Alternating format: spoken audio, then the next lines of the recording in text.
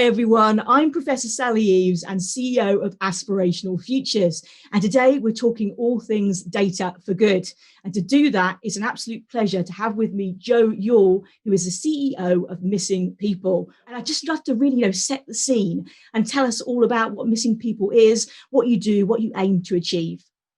Missing People's a national charity and there for people who are missing or for a family missing a loved one. So as an organisation, we're there to try and provide support for people who are missing, to appeal for them, to help them back to a place of safety, and crucially to support families who are left behind and desperate for news of their missing loved one. Absolutely, such critical work, and with everything that's happening in 2020, current context that people are facing, how have your beneficiaries been affected by this? What extra challenges have they been facing? It's a great question because people really have been struggling this year. I think as we all have, it's been a year like we could never have imagined. And we know from speaking to people that have been in touch with our services that have been missing or thinking of going missing, that this year has affected their mental health like nothing before. So everything that we can all relate to, from the anxiety about a health pandemic to loss and losing loved ones, to real worries about financial things, about paying rent, paying mortgages, about jobs. And so over 2/3 of the people we've spoken to have said this has really exacerbated their mental health. And that's a real concern because there's such a close link between our mental health and going missing. Over 8 out of 10 adults who are missing have got a current crisis with their mental health. So we're really concerned about that at the charity. And of course, for families who are missing a loved one through this whole year, it's been quite painful, beyond what they could have imagined even before this. They were struggling, but families saying to us, like Mohammed, who I was speaking to the other day, his wife went missing before the pandemic, but since, he's been really isolated. He's been on his own at home and not even able to hug his grandkids, and really struggling with that.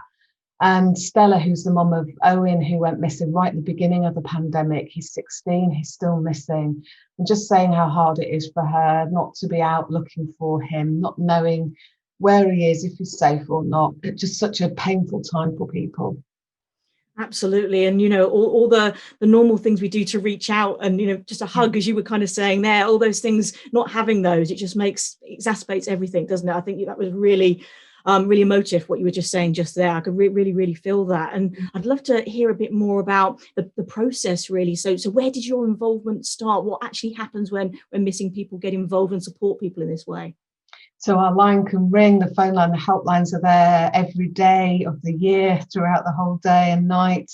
And it might be somebody panics in that first awful realisation that somebody's just not come back home. So like Owen, who I think by 11 o'clock at night, his mum was thinking, I need to report him missing. And people call through to us then for help and advice. And also people calling for support, calling just to talk through how they're feeling, that sense that you can't always talk to your family and your friends, especially when somebody's been missing in the longer term. We'll also launch appeals for people who are missing, because we know getting somebody back safe, the quicker they're back to a place of safety, the less likely they are to come to harm, because being missing is being out there in a pretty dark world. We work really closely with police forces across the UK, and they may ask us to text the missing person if they've got a mobile with them. We send them a text safe message and it'll say, look, you're reported missing, you're not in trouble, our services are here around the clock, please call us in confidence, let's talk this through. And often that can lead to someone being able to reconnect, or at least get to a place of safety. So it's a pretty broad range of services that the charity provides, right into that very dark end of this, where young people are groomed into going missing because of sexual exploitation, so being preyed upon, and young people who are involved, who've been groomed into county lines, maybe taking drugs from one part of the country to the other, and feeling that them or their family is in danger if they try to get out of that. So it's a broad range of services that we're proud to provide. Absolutely. It really comes across in your research as well. So many different reasons, so many personal contexts about where this journey can start from. And I think you really bring that to the fore with the different people that you're explaining their situations. They're incredibly powerful. And obviously time of year as well. We're heading towards Christmas now. And I can only imagine how that is affecting people, individuals, and obviously the families as well. How are you finding that experience as we lead up to the Christmas time now? Yeah, I mean, we know at the charity that often Christmas is a tougher time for families, because when all the messages are out there, this is a time for togetherness and being with families. Well, we all know how that feels this year, but not to know where your special person is over Christmas is particularly hard. And I always remember speaking to the mum of missing Leah, and her just saying to me, "Do you know, I don't think we'll ever have another Christmas whilst ever she's missing. Other families will lay a seat at the table, so there's an empty seat at the table, and other people I've spoken to will carry on buying birthday presents each year or Christmas present in the hope that their loved one will come back." So it's hard, it puts an extra pressure on families, and we'll be there over Christmas and New Year providing help and support to people who are really struggling. Absolutely, such a heightened time, and I think even probably everybody will feel that even more this year, even if you haven't experienced this directly. I think the empathy towards this, because of what's happened over 2020, and this big year of reflection, really, and resetting for the future. I think again, so powerful. The human stories about everything that you're saying here, and as you know, I'm a big advocate of how we can use technology to help. Data and technology as a force for good. And I know that you're doing this directly in your work, and it's really being a real conduit to help people. So how are you mobilizing data and technology to support the work that you're doing, Jo? So we have a service called Lost Contact, and it's for people who've sort of drifted out of touch with family members over time. There's usually at the heart of it a sad story or somebody in personal difficulty where they've sort of left their family behind, and we trace people who are missing. And with thanks to Nexus Risk Solutions, we've been able to help reconnect people who have drifted out of contact, sometimes after years, with the use of the Trace IQ technology, which helps us behind the scenes to trace someone who's out of contact that otherwise would be really hard to find. And we protect their privacy in this. We don't know where they are, but we're able to get contact details, get a letter to them, just to say, do you know that someone in your family is looking for you, would love to be in touch with you? But the onus is very much on the person who's out of contact to make that choice, and then able to call through to our services to talk it through and hopefully reconnect.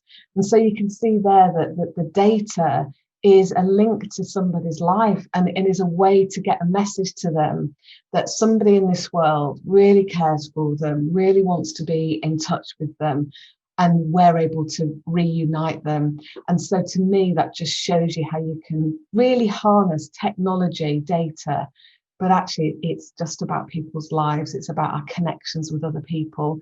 We can do it in a careful and a sensitive way. And I would like to say a really big thank you on behalf of the charity to LexisNexis Risk Solutions, but more importantly, on behalf of all the people that we've helped to reconnect through that service, to know that technology is bringing people back together. And that's a great story.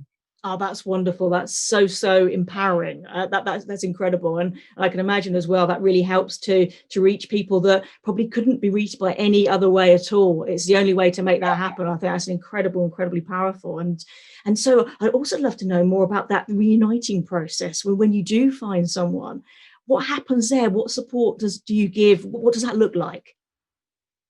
I think that point at which we're back in touch with someone, say we find them and have that conversation, they'll often say to us, it's really hard to get back in touch with someone you've left behind. There are feelings of guilt, of shame sometimes, of, are my family going to be okay? Are they going to be angry with me? Especially when we speak to young people with that story. So we've developed our services over the years to provide support that feels warm and that's human, that understands that there are real sensitivities here. So we've got a messaging service, so we can pass a message from the person that's been missing back to the family or to the carer or friend, just to say, look, can I get back in touch? And often that will lead to a message back from the family or a carer to them, and help reconnect them, get them back together again in a way that's safe. And we also have a three-way calling, which sounds quite old-fashioned in some senses, but having somebody else on the line, one of our lovely team members there to help with that reconnection, I think can really help. We know that young people face all sorts of issues that lead to them going missing. And some of our research into what are the reasons that young people go missing, what's going on for them, really highlights some of the troubles and why it can be hard to reconnect. So last year we launched a research report called A Safer Return, which again used data. It enabled us to look at what are young people telling us about the reasons that they go missing, anonymized data, of course, and enabled us to look at over 600 episodes of missing to understand what's going on. And wow, that tells a story from sexual exploitation to young people feeling bullied or being bullied at school or feeling unhappy at home, but also struggling with their mental health. And then we were able to use that crucial information, which is all about young people's life stories, to then share it with the world and to share it with people in power as well. So with the Department for Education to help influence policy. So that reconnections work is really sensitive work, and the stories behind it tell you the reason why. Wow, that's incredible. And it's so good to hear that perspective as well about the research you're doing, that evidence base to actually inform and intervene around policy development and give that really direct insight. I think that's incredible. And in terms of the people who you helped, how many families have you reconnected over the period of time that Missing People has been operating? I'd love to hear some more of those stories.